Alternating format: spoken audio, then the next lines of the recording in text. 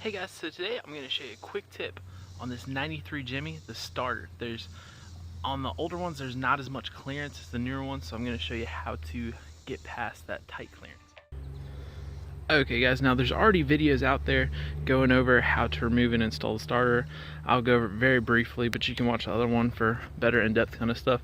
Go ahead, disconnect your negative battery cable, come over here to the wheel. I left the starter connected and disconnected the positive wire right up here. Then I disconnected the starter and then did the little wire, the 8mm, and it's like an 8 and a 14 on this one. And then now here for the hard part, the tight clearance. You got this big old starter and like no room. And on the newer Jimmys, it'll just come right out, but on this one it doesn't. So we're looking at the starter, and what I did is this whole big piece right here is like a shield. You can see I've got it moving.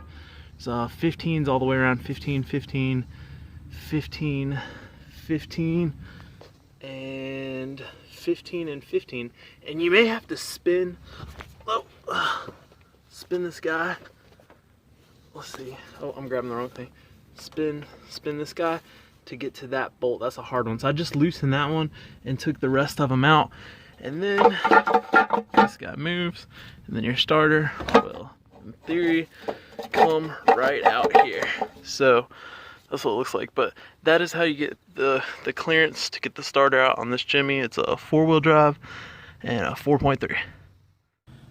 One more little quick tip. That 15 you saw up there that you didn't see me take all the way out, and it was by that drive shaft looking thing, this is what I used to loosen it, because you may try and get an extension in there and it's not going to work. You need a universal and a 15 like this, and just go in there, break it loose, loosen up a little bit, and there you go. So other than that, that's it. Thanks for watching.